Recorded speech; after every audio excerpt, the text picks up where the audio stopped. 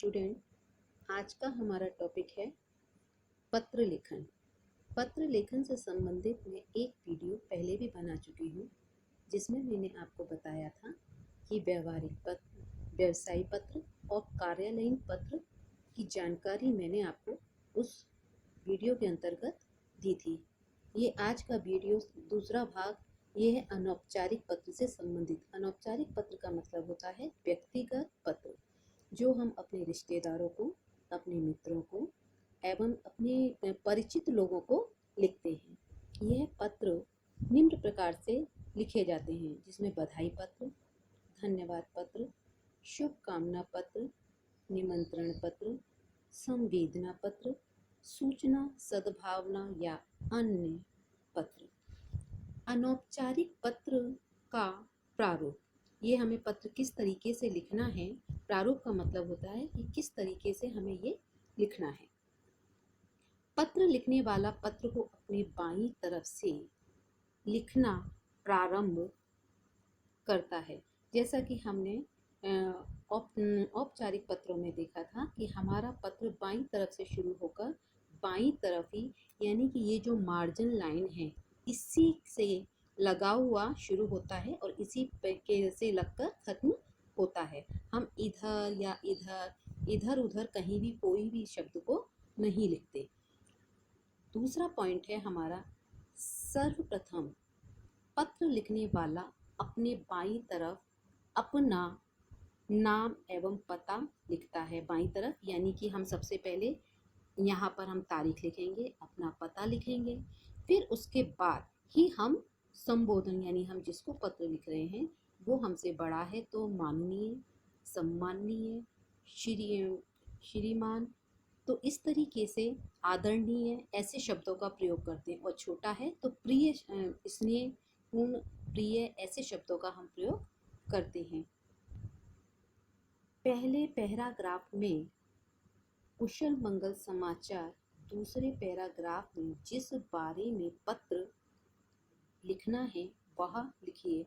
यानी कि पहला जो पैराग्राफ है उसमें हम ज़्यादातर समाचार लिखते हैं कि हम यहाँ पर कुशल हैं, आप वहाँ कुशल होंगे, इस तरीके की बातें, फॉर्मल बातें लिखी जाती हैं। लेकिन दूसरे पैराग्राफ में हमें वह बातें लिखनी होती हैं जिस कारण से हमने पत्र लिखा है। पत्र समाप्ति के बाद जिसे आपने पत्र लिखा है उससे आपका क्या संबंध है, जैसे आपका पुत्र, तुम्हारा दोस्त आदि लिखना चाहिए। यानी कि जो हमारा रिश्ता है, जिसको हम पत्र लिख रहे हैं, उससे हमारा क्या रिश्ता है, इसी के आधार पर हमें पत्र का अंत करना चाहिए। फिर अपना नाम लिखना चाहिए। अब जैसे मेरे पास ये एक एग्जाम्पल है धन्यवाद पत्र का। अब इसमें प्रश्न है, 503 द्वारका में रहने वाली संगीता ने आपका परिचय पत्र डाक से लौटाया है, उसको धन्यवाद देते हुए पत्र लिखिए। अब संगीता जो कि हमारी परिचित नहीं है, हम उसे नहीं जानते, पर उसने हमारा परिचय पत्र, हमारे डॉक्यूमेंट हमें वापस किए हैं, इसलिए हम उसे धन्यवाद दे रहे हैं। तो यहाँ हमने शुरू किया अमिता, कृष्ण गली, रामनगर। अब ये हमारा नाम हो गया अमिता और ये हमारा एड्रेस हो गया। फिर हमने तारीख डाली। फिर अब वो चूँकि हमारी कोई परिचित नहीं है, इसलिए हमने उनको सम्मानजनक शब्दों का प्रयोग करते हुए सुश्री संगीता जी लिखा। सादर नमस्कार, आपका कृपा पत्र मिला, उसमें मेरा खोया हुआ परिचय पत्र भी था। अब चूँकि उन्होंने हमारा परिचय पत्र लौटाया है तो उसके विषय में उन्हें जानकारी देना आवश्यक है कि हमें वो प्राप्त हो चुका है। अचानक डाक से यह पत्र पाकर मुझे खुशी और हैरानी हुई। मैं इसे पाने की आशा खो चुकी थी, परंतु आज की दुनिया में आप जैसे संवेदनशील और भले इंसान भी हैं, यह देखकर मेरा मन प्रसन्न हो उठा। मैं आपके प्रति कृतज्ञ हूँ, यानी मैं आपका आभार मानती हूँ। यद्यपि मेरा आपका कोई संबंध नहीं है, फिर भी मैं आपको अपनी प्रिय सहेली जैसा अनुभव कर रही हूँ। ईश्वर करे आपकी यह उदारता बनी रहे। अब हमने इस पत्र में देखा कि पहले हमने कुछ फॉर्मल बातें की कि सामान्य बातें कि आपका मुझे पत्र मिल गया है और मैं इसको पाकर मुझे आश्चर्य हुआ या मुझे खुशी हुई और जबकि मैं इसकी उम्मीद खो चुकी थी। ऐसी हमने कुछ फॉर्मल बातें की। फिर उसके बाद हमने उनका धन्यवाद उसमें सेकंड हाफ में हमने उसका धन्यवाद अदा किया है। फिर हमने लिखा धन्यवाद भवदीया अमिता। भवदीया शब्द इसलिए क्योंकि महिलाओं के लिए भवदीया लिखा जाता है और पुरुषों के लिए भवदीय। पर भवदीय या भवदीय शब्द हमारा औपचारिक अनौपचारिक पत्रों में नहीं आता है, ये सिर्फ औपचारिक पत्रों में आता है। पर इसमें इसलिए आया है, ये अनौपचारिक पत्र है, पर फिर भी इसमें भवदीया शब्द आया है। वो उसका कारण ये है क्योंकि ये जो संगीता जी हैं ये हमारी परिचित नहीं है, इसलिए हमारा इनसे कोई रिश्ता नहीं है। इसलिए हमने उस रिश्ते को यहाँ पर ना लिखते हुए हमने भवदीया लिखा और देन हमने अपना नाम नीचे लिख दिया। फिर नीचे उनका पता हो गया संगीता 503 द्वारका। इस प्रकार से ये हमारा अनौपचारिक पत्र की एक ये रूपरेखा तैयार हो गई, या यूँ कहना चाहिए प्रारूप तैयार हो गया। और ये देखिए ध्यान से, तो हमने ये यहाँ पर ऊपर से यहाँ पूरा हमारा पत्र एक लाइन में ऊपर से नीचे तक यहाँ तक आया है। अब ये ऐसे ही दूसरा है संवेदना। संवेदना का मतलब होता है किसी के प्रति दुख व्यक्त करना। अब इसमें प्रश्न है हमारा, सहेली की माता के आकस्मिक निधन पर संवेदना पत्र लिखो।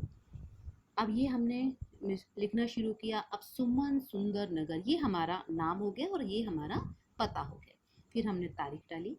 फिर हमने, क्योंकि ये हमारी सहेली है और हम इसे अच्छे से जानते हैं, इसलिए हमने यहाँ पे संबोधन दिया प्रिय। प्रिय सखी मारिया, सप्रेम नमस्कार। कल मुझे दुखद समाचार मिला कि तुम्हारी माता जी का अचानक देहांत हो गया है। सुनकर हृदय को गहरा आघात लगा। अभी परसों ही तो मैं उनसे मिलकर लौटी हूँ। वे पूर्णतया स्वस्थ थी, फिर ना जाने ये अनहोनी कैसे हो गई। अब इसमें भी हम देखें तो इसमें हमने शुरुआत में कुछ फॉर्मल बातें की हैं, सामान्य बातें, क्योंकि एकदम से हम कोई भी पत्र में एकदम से हम कारण पर नहीं आ सकते, तो इसलिए हमें कुछ फॉर्मल बातें शुरुआत में हर पत्र में करनी होती हैं।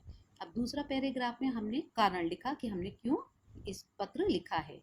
मारिया, इस गहरे दुख की घड़ी में अपने आप को संभालना, मैं तुम्हारे कष्ट को समझ सकती हूँ, परंतु उस ईश्वर के सामने सब विवश हैं। ऐसा मान लेना, ईश्वर ने माँ को अपनी शरण में ले लिया। वह माँ की आत्मा को शांति दे तथा तुम्हें दुख को सहन करने की शक्ति दे। अब यहाँ पर हमने सेकंड में लिखा कि भाई हमने जो संवेदना व्यक्त की है अपनी सहेली के लिए कि उसकी माँ की मृत्यु हो गई, और उसके लिए हम जो संवेदना व्यक्त कर रहे हैं, करना चाहते हैं, वो हमने इस दूसरे पैराग्राफ में लिखा। और फिर तुम्हारी शोकाकुल सखी सुमन, यहाँ पर हमने अपना संबंध बताया कि हमारा संबंध क्या है उस जिसको हम पत्र लिख रहे हैं उसको, यानी वो हमारी सखी है, सहेली है, मित्र है, और यहाँ पर हमने अपना नाम लिख दिया। इस प्रकार से ये हमारा दूसरा प्रारूप है संवेदना पत्र का। तो इस तरीके से हम पत्रों को, यहाँ पर भी अगर हम देखें तो ऊपर से लेके नीचे तक हमारा पत्र एक लाइन में आ रहा है। हमें इसी प्रकार से भूल जलूल इधर उधर की बातें ना लिखते हुए कुछ सामान्य बातों के बाद हमें अपनी बातों का मुख्य कारण लिखना चाहिए पत्र में, जिससे कि हमारे पत्र को एक अच्छा और सुंदर प्रारूप प्राप्त हो। पर इसमें अनौपचारिक पत्र में कोई भी सीमा नहीं होती कि हम अपनी भावनाओं को किसी भी तरीके से व्यक्त कर सकते हैं। ये व्याकरण से संबंधित नहीं होता, इसलिए इसमें हम अपनी भावनाओं का खुलकर प्रदर्शन कर सकते हैं।